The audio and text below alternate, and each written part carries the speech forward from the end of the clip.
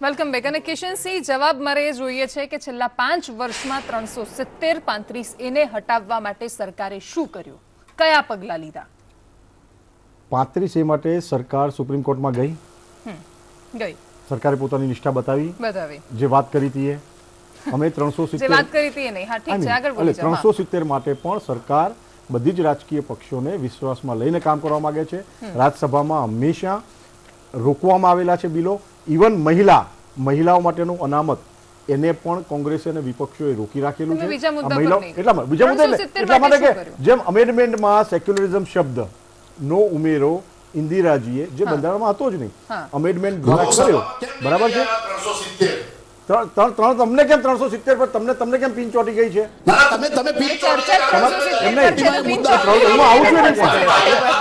એટલે એની ઉપર આવી ગયો, આવું છું. તમારી લાગણી, તમારી તૃષ્ટિકરણની રાજનીતિ અમે સમજીએ છીએ નરેન્દ્રભાઈ. તમારે તૃષ્ટિકરણ ચૂંટણી સમય તમે લોકો આવી જાઓ છો, ચૂંટણી સમયે તમને ચૂંટણી સમયે તમે આવો જ છો 370 લઈને. તમારા સ્પેશિયલ ફોર્સ એક કાકાઓ છે. 15 મિનિટ મારી સારી રીતે ચર્ચા થઈ નથી. હવે મારે જવાબ જોઈએ છે કે આ કેમ નથી. નરેન્દ્રભાઈ બોલવા દો. ઠીક છે, તમારે બોલવું હોય ત્યારે તો બોલો છો. નરેન્દ્રભાઈ હવે મને બોલવા દો તો હું બહુ. 370 માટે અમે અમારા શબ્દ પર કાયમ છીએ. 370 ના સીધો જવાબ 370 ના પક્ષમાં અમે નથી. અને આ વખતે જ્યારે લોકો તમને 24 પર લઈ આવવાના છે, 44 પર, ત્યારે 370 પણ હટશે. તમે સત્તામાં એની ચિંતા કરો. હટશે. તમે પેલા જેવું કર્યું ને કે પેલા ચૂંટણીમાં નેતા નળ આપે, પછી 5 વર્ષ પછી કે હવે આવતી ચૂંટણીમાં પાણી આપીશ, એના પછી કે પીવા જેવું પાણી આપીશ. આ કેટલી વાર સરકાર બનાવી? 370, 35 એ 124 આ એકબીજા સાથે સંલગ્ન વસ્તુઓ છે. એટલે બધી જ વાતો ઉપર ભારતીય જનતા પાર્ટી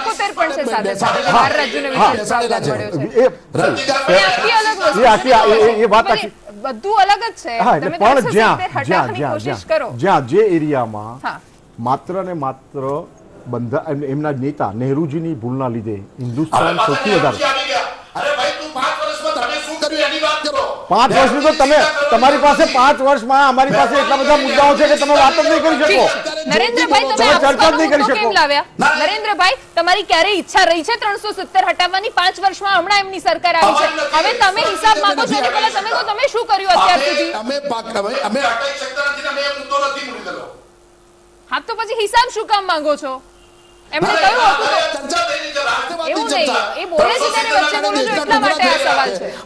તમે આપવાની વાત કરો, તમે રાજદ્રોહ હટાવવાની વાત કરો, અને તમે 370 ની વાત કરશો. કેવું લાગે આ તો? શું કર્યું એનો જવાબ તો આપવો જોઈએ. જવાબ આપી રહ્યા છે, તમારે સાંભળવાથી જવાબો. વાત આખરી એ છે ને, આ તો એવો જ મુદ્દો થયો કે દરેક વખતે જેવી રીતે જનતાને આમ લટકાઈને લાલચ આપવામાં આવે કે આ વખતે આપીશું, આ વખતે આપીશું, પણ ક્યારેય નથી આપ્યું. એમણે વાત કરી કે સંકલ્પ પત્રમાંથી ક્યારેય રામ મંદિર અને 370 હટ્યા નથી.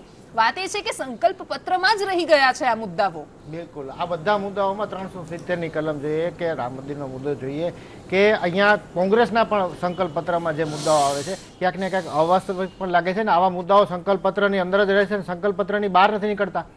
કદાચ મુદ્દાઓ પર રાજનીતિ સતત થઈ રાખે છે, માત્ર ચૂંટણી આવે ત્યારે જ 370 ની કલમ હટાવવા માટેનો સંકલ્પ જો ભારતીય જનતા પાર્ટી કરેલો હોય અને ખરેખર જો દૂર કરી શકતી હોય એવી પરિસ્થિતિમાં આવે તો ખરેખર સારી વાત છે, ખોટી વાત નથી. અને એના માટે થઈને કોંગ્રેસ કદાચ સપોર્ટ જાહેર કરે કે અમે કદાચ 370 ની કલમ હટાવવા માટે થઈને અમે લોકો મદદરૂપ થશું તો કોંગ્રેસનું પણ સારું દેખાશે.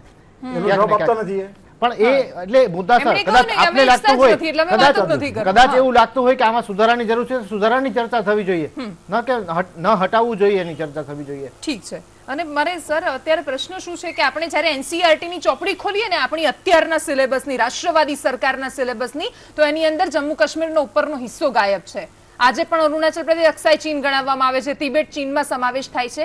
પોતાની જાતને રાષ્ટ્રવાદી કહીને સરકારમાં આવેલા લોકોનું લોહી નહીં ઉકળતું હોય આ બધું જોઈને, અને છતાંય 5 વર્ષ નથી ઉકળતું. 5મા વર્ષે વોટ લેવા જાય ત્યારે અચાનક યાદ આવી જાય છે કે આજ બધા અમારા મુદ્દાઓ છે. કેવી રીતે આ ચાલે રજનીકાંતભાઈ? ખરેખર જ્યારે ભાજપની 2014માં સરકાર આવી ત્યારે આ પ્રશ્નને ઉકેલવાની જરૂર હતી, ઉકેલી શકાયો હોત. પીડીપી સાથે અને સરકાર રચવાની કોઈ જરૂર જ નહોતી. કારણ કે કેન્દ્રમાં એટલા શક્તિશાળી વડાપ્રધાન બનેલા અને તમે ધારો કે એમણે ઈચ્છું તે કરી શક્યા છે, તે કરવાની જરૂર હતી. અને ત્યારે લોકસભા અને રાજ્યસભામાં પણ એમને એ સમય એવો હતો 5 વર્ષનો કે એમની એમ કહી શકાય કે જે રજૂઆત હતી જે રીતે પાર્લામેન્ટમાં અને બહાર એ જોતા એ કરી શક્યા હોત. હવે જે પરિસ્થિતિ છે પરિસ્થિતિ એટલી બધી નાજુક છે કાશ્મીરની દ્રષ્ટિએ કે 370મી કલમ આપણે ઈચ્છીએ તો પણ સહેલાઈથી દૂર કરી શકાય એમ નથી. સમજી લો જે રીતે કલમ દાખલ કરવામાં આવેલી રાજા હરિસિંહ સાથે જ્યારે સમજૂતી થઈ અને હરિસિંહે જ્યારે લશ્કરની માગણી કરી, કારણ કે પાકિસ્તાનના તાઇફાવાળો જે રીતે કાશ્મીરમાં આગળ વધી રહ્યા હતા એને અટકાવવા માટે, દૂર કરવા માટે, ત્યારે જે શરતો નક્કી થઈ એ શરતો પ્રમાણે 370મી કલમ જે રીતે કામ કરી રહી છે અત્યારે એ કલમને દૂર કરવા માટે યુનોને પણ તમારે વિશ્વાસમાં લેવું પડે છે. વડાપ્રધાન વિશ્વનો અમે પ્રવાસ કર્યો અને એક મહાસત્તાઓના નેતાઓને મળ્યા, સુંદર એમણે સંબંધો વિકસાવ્યા અને એ સંબંધોનો લાભ છેલ્લા 5 વર્ષમાં લઈ શક્યા હોત. અને આ બહુ મહત્વની બાબત છે. એના કરતાં અગાઉ મેં એક કર્યું કે 35A જે કલમ છે એ તમે દૂર કરી શકો છો. અને 35A કલમ હેઠળ જે કે કાશ્મીરને તમે અપાર મદદ આપી રહ્યા છો એ મદદ તમે દૂર કરો તો ઓટોમેટિક જ કાશ્મીરી લોકો તમારી તરફ વળવું પડશે. આજે પણ માની લો કે કાશ્મીરમાં 20% લોકો જ આ ત્રાસવાદી પ્રવૃત્તિઓને કરી રહ્યા છે, બાકીના 80% લોકો તો ભારતની સાથે જ છે. જમ્મુની જે ખીણ બીજા વિસ્તારોમાં તમે સમજો. અગાઉ મેં એક વાત કરી હતી કે કાશ્મીરનો ઉકેલ ફારૂક અબ્દુલ્લા કઈ રીતે કરી શકે. જ્યારે અટલજીએ પાકિસ્તાનની મુલાકાત લેવાનું નક્કી કર્યું ત્યારે એમણે છેલ્લે જતા પહેલા ફારૂક અબ્દુલ્લા સાથે ચર્ચા કરેલી એમની સાથે કે શું થઈ શકે. ત્યારે એમણે એક સૂચન કરેલું અને વાસ્તવિકતા એ સૂચન ભવિષ્યમાં બહુ ઉપયોગી છે આપણે માટે. એમણે કહ્યું આપણે એમ કહી રહ્યા છે ખરેખર એ દેશદ્રોહી નથી. એ માણસ દેશદ્રોહી એ વાસ્તવિકતા જાણે છે. મને એક મિનિટ મારી વાત જે છે પૂરી કરવા દો. 1 મિનિટ એટલા માટે હું સમય નહીં બગાડું તમારો કે ફારૂક અબ્દુલ્લાએ એક સૂચન કરો કે અત્યારે જે ઓક્યુપાઈડ કાશ્મીર છે એ પાકિસ્તાનને તમે આપી દો અને અત્યારે જે કાશ્મીર વિસ્તાર આપણી પાસે રહો. પણ મહત્વની બાબત છે કે ભારતની પાર્લામેન્ટે એવો ઠરાવ કરેલો છે કે જે ઓક્યુપાઈડ કાશ્મીર છે પાકિસ્તાન તે અમારું છે. ખરેખર બંને મહાસત્તાઓ પાસે અણુબોમ્બ છે. પાકિસ્તાન છેલ્લી હદ સુધી જઈ શકે છે એ સમજી લેવાની જરૂર છે. આજે ને એના ભવિષ્યમાં જે રીતે આપણે કાશ્મીરમાં જે રીતે પૈસા વાપરી રહ્યા આ એક ઉપાય છે. 370 1947માં જ્યારે શેખ અબ્દુલ્લા જે અત્યારે સતત ધમકીભરી ભાષામાં વાત કરી રહ્યા છે જેમણે એટલે જે ફેમિલી આ લોકો પરિવાર હંમેશા બે દેશમાં બે જ પરિવાર છે સરખા ચહેરાવાળા શેખ અબ્દુલ્લા અને ગાંધી એટલે લગભગ સરખા ચહેરાવાળા. એટલે એ લોકો જ્યારે મહારાજા અને નહેરુજીએ પ્રાઇમ મિનિસ્ટર તરીકે એ અબ્દુલ્લાજીને બેસાડ્યા એટલે આપણા દર્શકોને એ વાતની હું યાદ દેવડાવવા માંગુ છું કે સરદાર પટેલ હોમ મિનિસ્ટર હોવા છતાં સરદાર પટેલને એ ફંક્શનમાં હાજરી નહીં આપવા દીધી. સરદાર 370 માટે સરદારે પોતાનો ઓફિશિયલ નરેન્દ્રભાઈ હિસ્ટ્રીમાં તમારે જવું જ પડશે. તમારે શીખોને ન્યાય આપવો પડશે, તમારે ભોપાલનો ન્યાય આપવો પડશે, તમારે ટ્રિપલ તલાકનો ન્યાય આપવો પડશે. તમે ન્યાયની વાત કરો છો ને, તમારે ન્યાય આ દેશની પ્રજાને આપવો પડશે. તમારે બધા જ ન્યાય આપવા પડશે. તમે છે ને તમારા રામ જન્મભૂમિમાં તમે રામને કાલ્પનિક બતાવી દો. તમે પાકિસ્તાનના ઇમરાન ખાનની ભાષા બોલો. તમારો સિદ્ધુ ત્યાગીન બાજવાને ભેટે. એટલે નરેન્દ્રભાઈ મૂર્ખ તમે 65 વર્ષ સુધી બનાવ્યા. 65 વર્ષ સુધી આ દેશને મૂર્ખ બનાવ્યો, આ દેશને લૂંટ્યો. તમારી માત્ર સત્તા લાલસા કારણ પૂછશે આ દેશને તમામ જગ્યાએ પાછળ રાખવા માટે તમારી સત્તા લાલસા કારણ પૂછશે. દેશના સામાન્ય માણસને પૂછો એને શું મળ્યું છે. જાઓ લોકોની વચ્ચે. માત્ર પોતાના નેતાઓ માટે કામ કરનાર કોંગ્રેસ અને કોંગ્રેસના નેતાઓ એક પરિવાર માટે કામ કરે છે. તમારા કાર્યકરો તમારા નેતાઓ માટે કામ કરે છે, નેતાઓ એક પરિવાર માટે કામ કરે છે. તમારે ફરક સમજવો પડશે. તમે પ્રજામાં જાઓ, પ્રજાના બનીને લો, પછી ચર્ચામાં આવજો. સરસ વાતો કરી પણ 370 કેમ નથી હટાવી શક્યા એનો કોઈનો જવાબ નથી. કામ શું કર્યું એનો જવાબ નથી તમારી પાસે. 370 માટે બે જ રસ્તા છે અને વિલ ટ્રાય હાર્ડ કે ક્યારેય કોઈ જે હંમેશા અમારા માટે સેક્યુલર સો કોલ્ડ સેક્યુલર અને ઇન્ટેલેક્ચ્યુઅલ્સ અને ટુકડે ટુકડે ગેંગ ને એવોર્ડ વાપસી ગેંગ જે અમારા માટે શબ્દ પ્રયોગ કરે છે, જે શિંદેજી અને ચિદમ્બરમજી કરી ચૂક્યા અમારી ઉપર ભગવાન આતંકવાદનો, હિન્દુવાદીઓનો, અમારે આક્ષેપ ન થવા દેવો. ઠીક છે. અમારે સર્વસંમતિ સધાતી હોય દેશમાં તો પહેલા સર્વસંમતિનો આશરો લેવો છે, બાકી પ્રેસિડેન્ટ નો એક ઓર્ડર અથવા બંને ગૃહોની. કયા પ્રયત્નો કર્યા? તમે ક્યાં એ જવાબ આપી રહ્યા છો. સમજાવવા ગયા? તમારે સાંભળવું જ નથી, એટલા માટે તમે આ વખતે તમારા તૃષ્ટિકરના ભાગરૂપે મુસ્લિમ મહિલાઓને જવાબ આપશો. ટ્રિપલ તલાકનો વિરોધ કેમ કરો છો તમે? જવાબ પર પાછા આવી જાઓ કિશનસિંહ, ભલે એ બોલતા હોય. તમે જવાબ પર પાછા આવો. રાષ્ટ્રવાદની વાત પ્રેસિડેન્ટ નરેન્દ્ર મોદી કહે છે કે પ્રેસિડેન્ટ નરેન્દ્રભાઈ, હું આવીશ તમારી પાસે. એક મિનિટ, જવાબ સાંભળવો પડશે. જવાબ સાંભળવો પડશે નરેન્દ્રભાઈ, એક મિનિટ. PDP સાથે કરોડો અરે રૂપિયા નરેન્દ્રભાઈ, જવાબ મળી રહ્યો છે, સાંભળો. તમને એનસી નું કહીશું તો નહીં સારું લાગે. દેશમાં ધડોલીને ભરા કાશ્મીરમાં પુષ્ટિકરણની રાજનીતિ નહીં સંભળાય એટલે એક મિનિટ ઉભા રહો. જવાબ સાંભળો. ઝંડા નતા દેખાતા, આંધળા હતા તમે એ ટાઈમે. ઓકે, હા, નરેન્દ્રભાઈ, જવાબ કિશનસિંહ. બહુ સારી રીતે તમે જાણો છો મુદ્દા પર જવાબ. કે કોની મુદ્દા ઉપર જ આવું છું, કોની ભૂલ છે ને, ચલો જેની પણ ભૂલ થઈ ઠીક છે છે, હા, એની exactly. હકીકત એ છે કે 370 જે સ્પેશિયલ ઓટોનોમસ સ્ટેટસ કાશ્મીરને આપે છે એને દૂર કરવા માટે સર્વસંમતિ દેશના દરેક પક્ષોની હોય એ અતિ જરૂરી અમે as a Bharatiya Janata party માનીએ છીએ, ભારતીય જનતા પાર્ટીની સરકાર માને છે. પણ અરે નરેન્દ્રભાઈ, લેટ હિમ ફિનિશ ના. નરેન્દ્રભાઈ, તમે ક્યારે બી કોઈને પત્ર લખ્યો, તમે મીટિંગ બોલાવી 370 ની કલમ માટે, તમે પત્ર લખો છો ત્યારે તમારા કપિલ સિબ્બલ ત્યાં ઇન્ડિવિજ્યુઅલ બની જાય છે સુપ્રીમ કોર્ટમાં.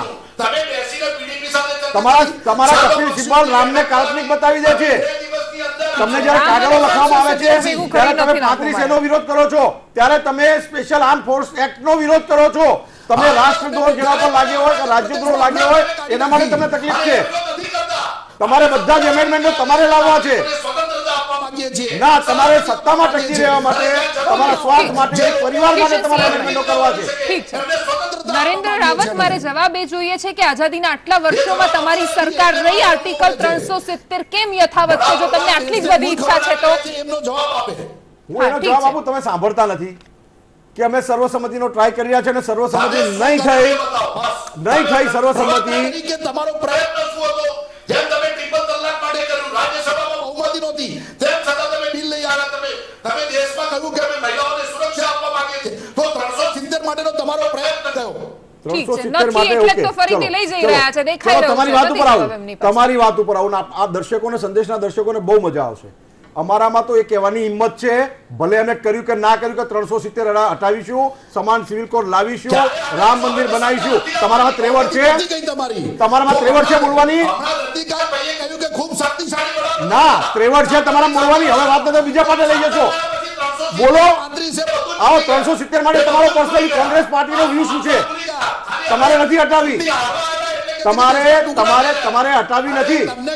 કાશ્મીરનો ત્રીજો ભાગ ચાઇનાના હવાલે કરવાવાળી કોંગ્રેસ અત્યારે હવે 370 પર પણ પ્રશ્ન ઉઠાવી રહી છે. પણ ઇન્ટરેસ્ટ નથી રહ્યો.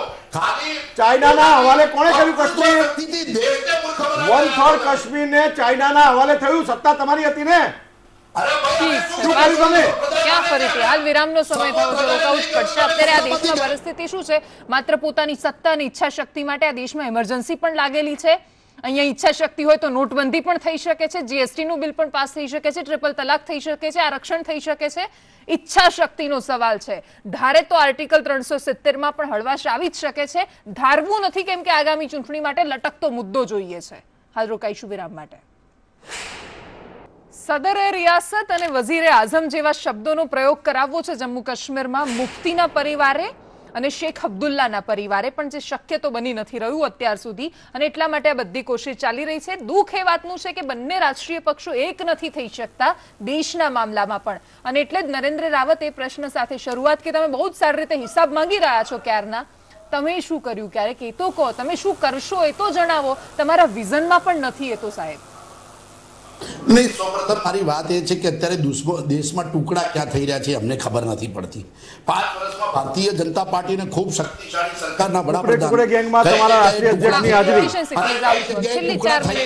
ખબર નથી. રાષ્ટ્રવાદની વાત કરો છો તાને તો કોઈ રિસ્પેક્ટ બાકી મને બોલવાનો તો હતા. અમારે રાષ્ટ્રવાદના માટે કંઈ કરવું પડે. અમે તો સ્વતંત્ર છીએ, મજબૂત લોકશાહીમાં છીએ.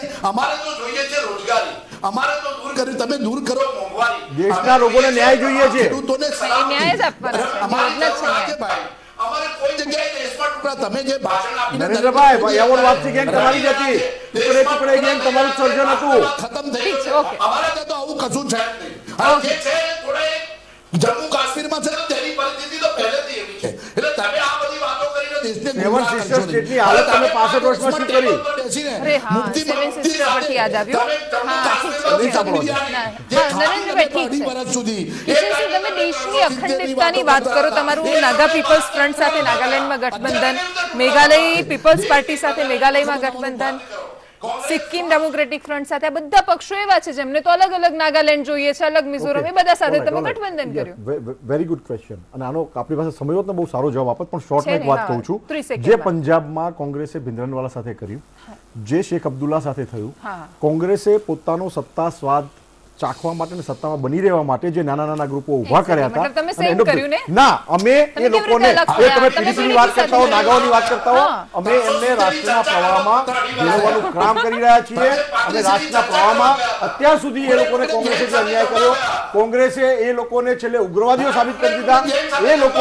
એ લોકોને હજી પણ એક ચાન્સ, એ લોકોને હજી પણ રાષ્ટ્રના મુખ્ય પ્રવાહમાં ભરવા માટેનો ચાન્સ છે. કે રાષ્ટ્રવાદનો મુદ્દો હોય કે આપવા જેવો મુદ્દો હોય, જ્યારે આપણે આ પુલવામા હુમલો થયો ત્યારબાદ આપણે જે એર સ્ટ્રાઇક કરી એના પછી તમને પરિસ્થિતિ બદલાયેલી લાગે છે 26 બેઠકો ઉપર ગુજરાતની, અને આ બધા મુદ્દાઓને લઈને મેનિફેસ્ટો પછી? રાષ્ટ્રીય મુદ્દાઓ અસર કરતા પહેલેથી જ છે. અહીંયા આ ચૂંટણીમાં એટલે રાષ્ટ્રીય મુદ્દાઓની અસર ચોક્કસપણે થવાની જ છે, પરંતુ બંને પાર્ટીઓ પોતાના મુદ્દા લઈને આવે છે અને ક્યાંક ને ક્યાંક બધા જ નેતાઓ હવે રાષ્ટ્રવાદના એક જ મુદ્દા ઉપર કદાચ વાત કરતા થઈ ગયા છે. ઘણા બધા મુદ્દાઓ શરૂઆત થઈ ત્યારથી હતા, પરંતુ રાષ્ટ્રીય મુદ્દાઓને હવે વધારે પ્રાધાન્ય આપવામાં આવી રહ્યું છે. ત્યારે આ બધા મુદ્દા, આસપાનો મુદ્દો હોય કે 370ની કલમનો મુદ્દો હોય કે પછી એમના ન્યાયની વાત હોય, એ ન્યાયની વાતમાં પણ ક્યાંય ને ક્યાંય એ લોકો કાશ્મીરના લોકોની વાત કરી રહ્યા છે, રાજદ્રોહને દૂર કરવાની વાત કરી રહ્યા છે. એ બધા મુદ્દાઓની ગુજરાતની ચૂંટણીમાં ચોક્કસપણે અસર થવાની જ છે. ઓકે, રજનીકાંતભાઈ, 2014 એ 2019 બેમાં ઘણો મોટો તફાવત છે. આપ ગુજરાતની વાત કરી રહ્યા, ગુજરાતમાં પણ નરેન્દ્રભાઈ અને અમિતભાઈ જે રીતે મહેનત કરી રહ્યા છે, પ્રયત્ન કરી રહ્યા છે, એક એક બેઠક ખૂબ જ મહત્વની છે પક્ષને માટે, પણ કેટલીક બાબતો અમે સાચવવાની જરૂર છે. એ જો ન સાચવે તો પરિસ્થિતિ ગુજરાતમાં જે એ પ્રાપ્ત કરવામાં આવી, જેટલી બેઠકો એ મળી શકે એમ નથી. 26માં 26ની શક્યતા નથી, 20થી 22 મળી શકે એમ છે. કેટલીક વ્યૂહરચના એમણે બદલવાની જરૂર છે. આ જો કરી શકે તો શક્ય છે, નહીં તો કેન્દ્રમાં પણ તમે જુઓ તો 200 થી 250 બેઠક અત્યારે મારી ગણતરી પ્રમાણે દેશમાં મળી શકે એમ છે ભાજપને, એનડીએને, અને કોંગ્રેસને 125 થી 150 બેઠક મળી શકે એમ છે. પણ આ પરિસ્થિતિમાં પરિવર્તન માત્ર એક નરેન્દ્રભાઈ લાવી શકે છે. લાવીશું, ભારે બહુમતીથી લાવીશું. આ લોકોએ જે કીધું હતું કે આ દેશના સંસાધનો, આ દેશના સંશોધનો પર મુસ્લિમોનો અધિકાર છે. અમે કહીએ છીએ મોહમ્મદ અને માઇકલ ત્રણેયનો અધિકાર છે. અમે સૌનો વિકાસની વાત કરીએ છીએ. એટલે તમે નરેન્દ્રભાઈ પ્રજાની વચ્ચે જાઓ એવી અપેક્ષા અને ચર્ચા આપણે 370 પર ફરીથી કરીશું. તમારી સાથે અમારી સાથે જોડાવા બદલ, ચર્ચામાં ભાગ લેવા બદલ. સોરી નરેન્દ્રભાઈ, હું નથી આવી શકતી, સમય નથી એટલે, પણ પરિસ્થિતિ અત્યારે આખે દેશમાં શું છે કે જ્યારે મોટી મોટી વાતો કરવામાં આવે એની પહેલા એકવાર 19 જાન્યુઆરી 1990નો એ દિવસ યાદ કરવામાં આવે જ્યારે હજારો કાશ્મીરી પંડિતોને પોતાના જ ઘરમાંથી બેઘર કરવામાં આવ્યા હતા. એ વાત અને એ વાદને લઈને ભારતીય જનતા પાર્ટી સરકારમાં આવી, કોંગ્રેસમાં ક્યાંય એનું ક્યાંય નામો નિશાન જ નથી, અને બંને પક્ષો આવા મુદ્દા પર પણ એક નથી થઈ શકતા. આ છે આપણા દેશની લોકશાહી અને 71 વર્ષ પછીનું બદલાયેલું ભારત. નમસ્કાર.